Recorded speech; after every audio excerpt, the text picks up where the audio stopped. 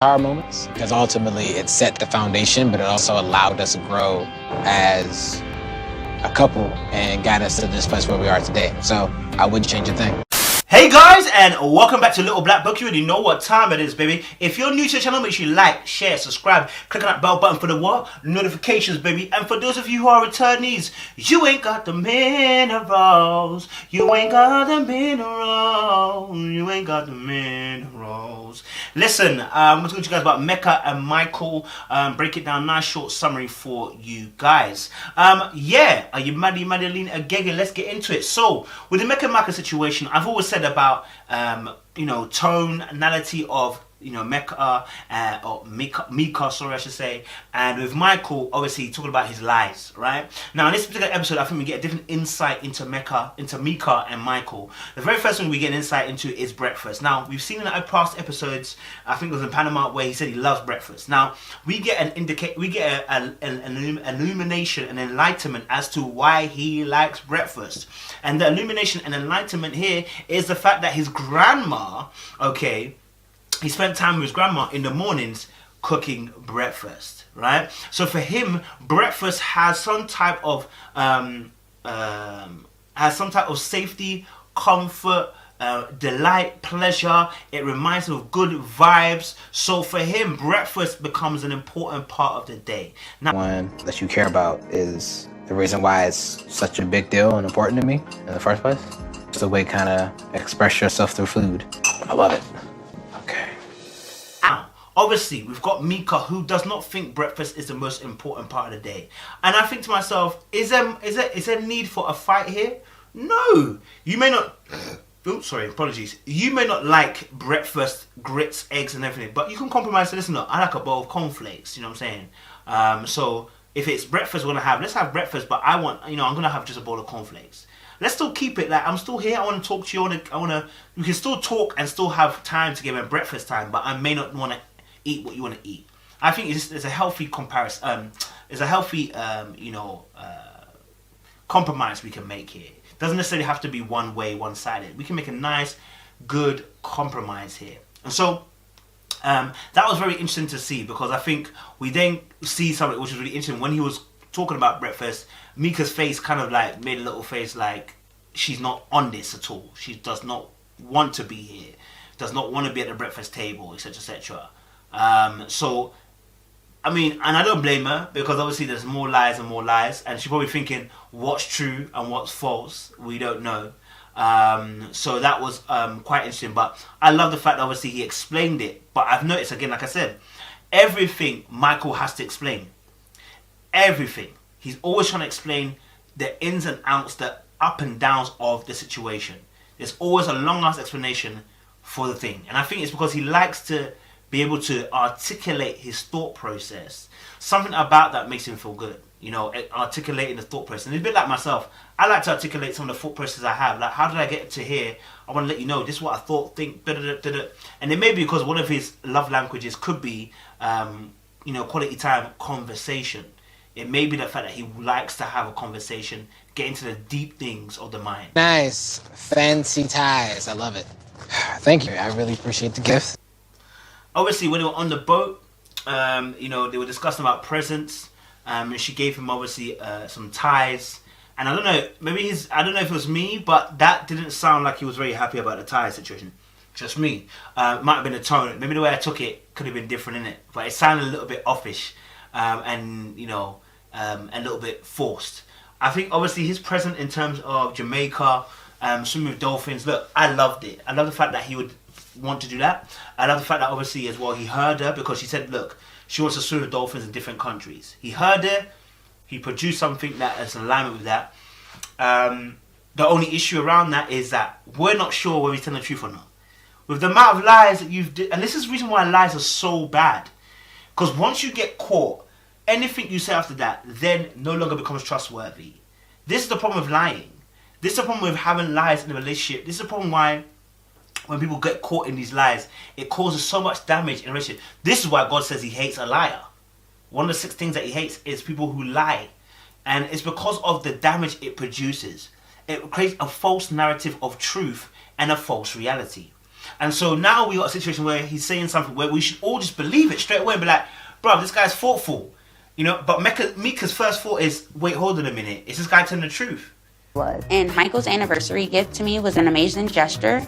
But honestly, I just hope it's not too good to be true. And that's really nice and really thoughtful. I love dolphins.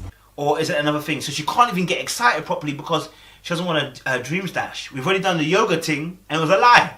You know, your job thing, it was a lie.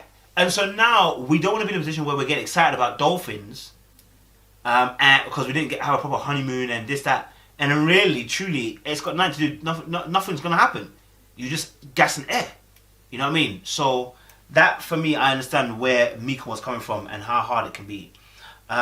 Something that was only happening was that later on in the boat, I saw them holding hands, they were discussing, talking.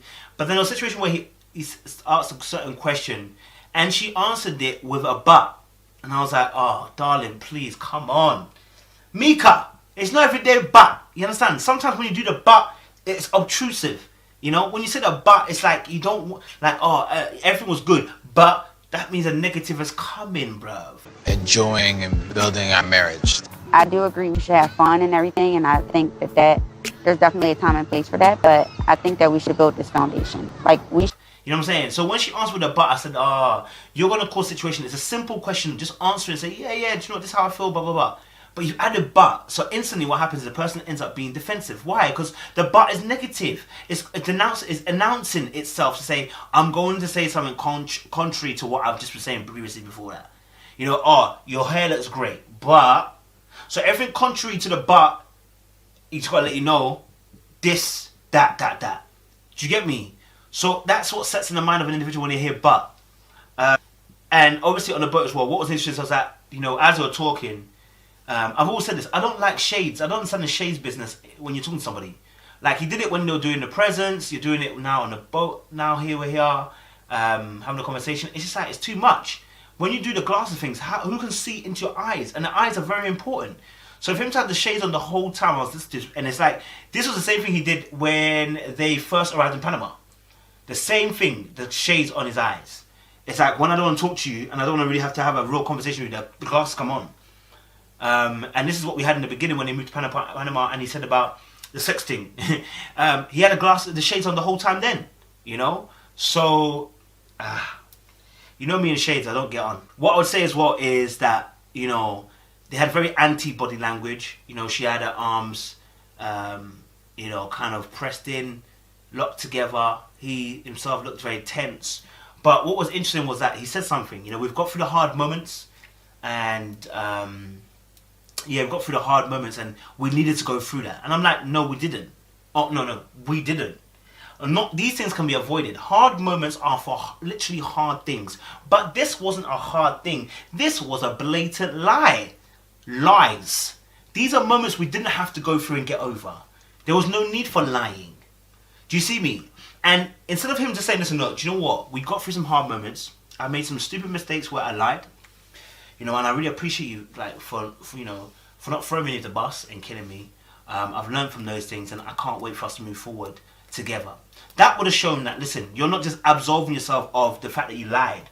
It's almost as if, and when people do this, I always feel like they're sweeping the things under the carpet. Not only that, they're almost throwing their head into the sand and saying, listen, you know what, family, it happened, but we don't have to talk about it. We don't need it. It doesn't matter. Like, it happened. That's what it is. It's simple as, no, you don't have to talk about it. It's done, but it's not done. Because, like, that's going to be in somebody's mind the whole time. So, like I said, I keep telling you about apology languages are so key. You know what I mean? Apologizing directly for what you've done. Acknowledging what you've done. Our moments, because ultimately it set the foundation, but it also allowed us to grow as a couple and got us to this place where we are today. So I wouldn't change a thing. And so I want to end it on there and just say, listen, look, with the Meka and Mike situation, it's a tough one because obviously, you know, it's not even tough. It's not a tough one. It's an easy one. At the end of the process, Meka and Michael should separate. She doesn't need that stress in her life. You know, and go their separate ways, because if you lie on 2-3 times, you're now no longer an acceptable witness, you understand, to what we're doing here, which is me and you. You're no longer an acceptable witness because we're not sure whether you're telling the truth one day or telling a lie another, and it makes you unreliable and unstable. And so therefore a relationship cannot stand on those premises of lies, which is why the truth shall set you free, why truth is the cornerstone. This is why Jesus Christ is tabled as the truth and grace that has come, and that he is the cornerstone of all our faith. So every relationship is based upon this cornerstone, truth, and it's needed in order to make a relationship stand. So, guys, I don't know how you feel about the Meka and Mike situation. I personally can't wait for them to have that divorce. And yeah, let us know down below your thoughts and your opinions. Hey, little black bug, you know what time it is. Little, yeah, yeah, yeah, yeah, yeah, yeah.